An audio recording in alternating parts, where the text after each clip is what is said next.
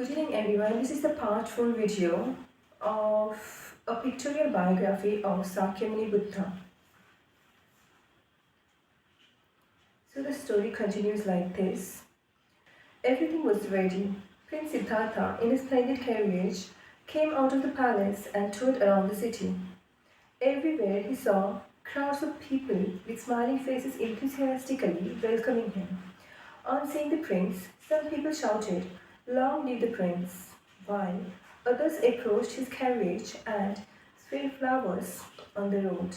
The carriage thus continued moving on along the flower covered path. All at once, a white haired old man, clad in dirty rags and tatters, leaped out of his house and reached the road before anyone could stop him. His haggard face was full of wrinkles and freckles, his eyes dull and dim, and only one tooth remained in his dry and withered mouth. His back was severely hunched, and he had to rely on canes to move his body. Wailing and begging along the road, he would certainly have starved to death if he had failed to get food for every one day. People were very much upset by the daring appearance of this old man, since this was the prince's first excursion and the king had issued an order prohibiting the praises of all old and sick persons. They rushed to stop this old man from advancing further, intending to drive him home. But it was already too late. The prince had already seen him. Prince Siddhartha was quite surprised at the sight of the old man. He did not know what the creature was, so he asked his driver, Chandaka, Chandaka, what is that? A person? If he is a person, why is his back so curved and not as straight as other people's? Why does he shake and the hair? Why is it white? What happened to his eyes? Where are his teeth? Are some people born this way, Chandaka? Tell me what all this means. Chandaka replied, this is an old man. He was not born this way. When he came into the world, he was like everybody else. At first, he was also a strong and dignified youth, having dense black hair and bright eyes. After having lived for a long time, he has changed into his shape. Don't let it bother you, Prince, for it is only the business of this old person. What does it mean, Chandaka? The prince continued. Do you mean that it is very ordinary? Do you say that everyone will look like this after having lived for a long time? Or is it not necessarily so? I have not seen this condition before, Chandrika replied. When one has lived a long time, he will be like this. It cannot be avoided. Chandrika, do you really mean that everybody will be like this someday? Even you and I, my father, my wife?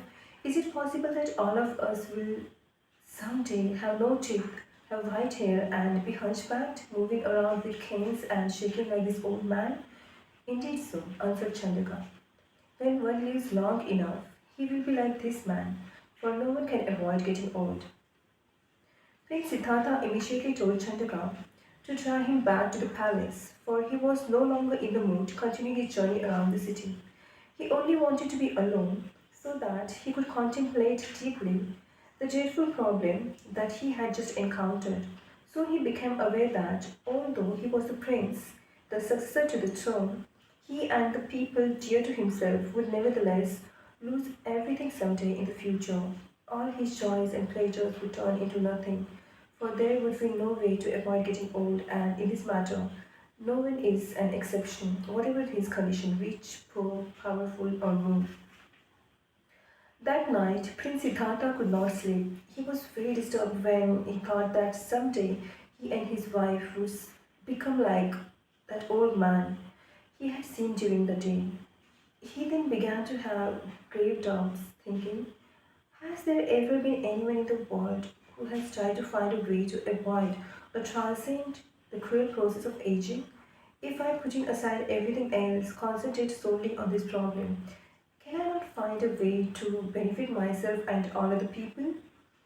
Someone related the incident that had happened during the excursion to the king. The king was very sad, and again he ordered that a search be undertaken for interesting things to distract and amuse the prince.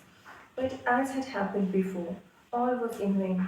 The young prince was not only indifferent to these things, but even once again asked his father's permission to go out, this time alone and unannounced, in order to see all the things of everyday life.